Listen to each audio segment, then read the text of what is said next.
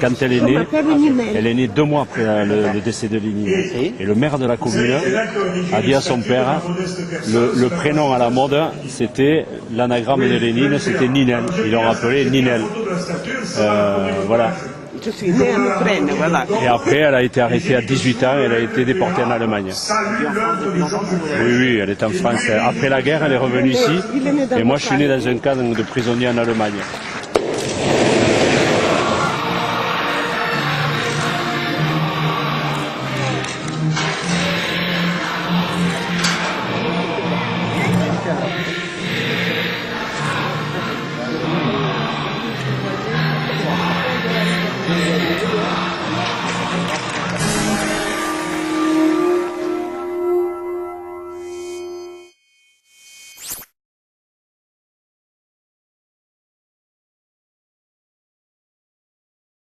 Dans le mouvement de l'histoire, actuellement, nous sommes dans une phase de droite.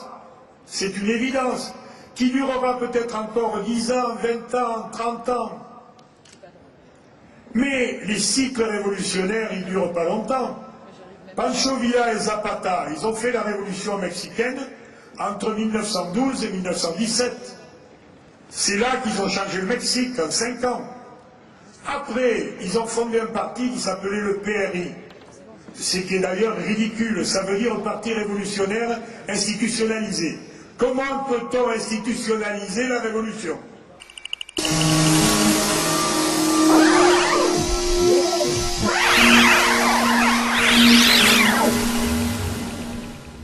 C'est contradictoire.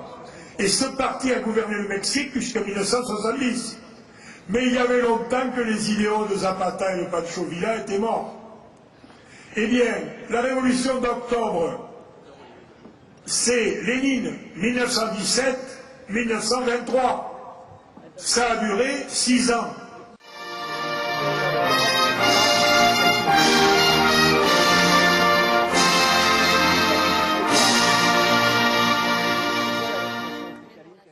On fermait les fenêtres de l'appartement de l'école et elle mettait Radio Londres. Et moi, ça a versé ma jeunesse. Les plus jeunes, ça leur fait rien, parce que pour eux, la Deuxième Guerre mondiale, c'est 5 pages dans un livre d'histoire. Mais moi, c'est ma chair, c'est ma vie, c'est ma jeunesse, c'est mon papa. Il était tellement foufou, enfin. Si j'osais, je dirais, je connais des mecs un peu fous comme ça.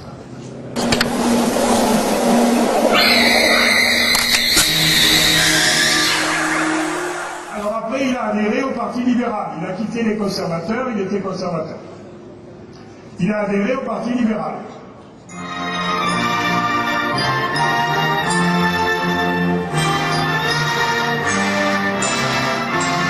Ils ont pris des rousses au Vietnam, ailleurs. Et ça, c'est secondaire. Les Américains, c'est le peuple qui avait perché, nous a aidés à gagner la Première Guerre mondiale. C'est le peuple de Roosevelt.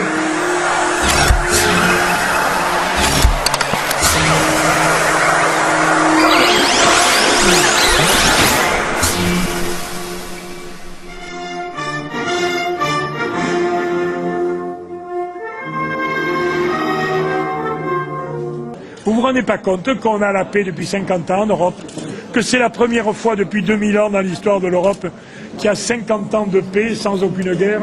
C'est une chance extraordinaire d'avoir la paix.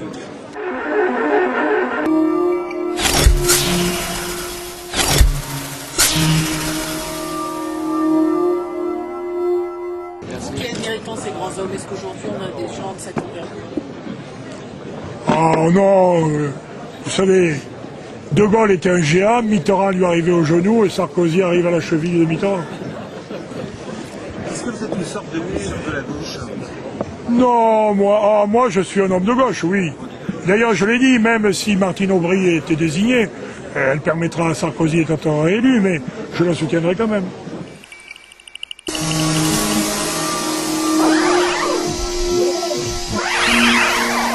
Martine Aubry, elle représente les idées de Jaurès. Mais c'est fini, ça, on n'est plus au 19e siècle. Besançonneau, il est gentil, sympathique, mais c'est un plaisantin. Quant à Marie-Georges Buffet, elle dirige un parti avec Laurent.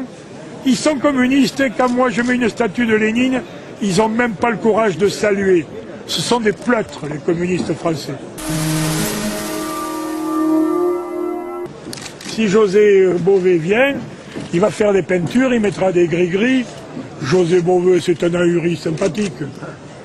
Il s'est présenté au présidentiel, il a fait 1% des voix, il ne représente rien. Il ne représente rien du tout que lui-même. D'ailleurs, lui, il fait la fête au Bahamas pendant que sa femme traite les vaches, dans le Larzac. Oh, mais j'en dis pas plus. Mais j'en dis assez. Est-ce que vous allez vous présenter aux élections présidentielles? Non, mais j'y prendrai part largement.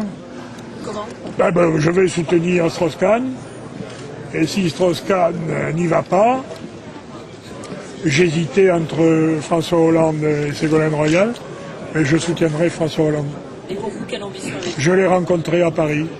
Moi, aucune ambition, j'ai pas d'ambition.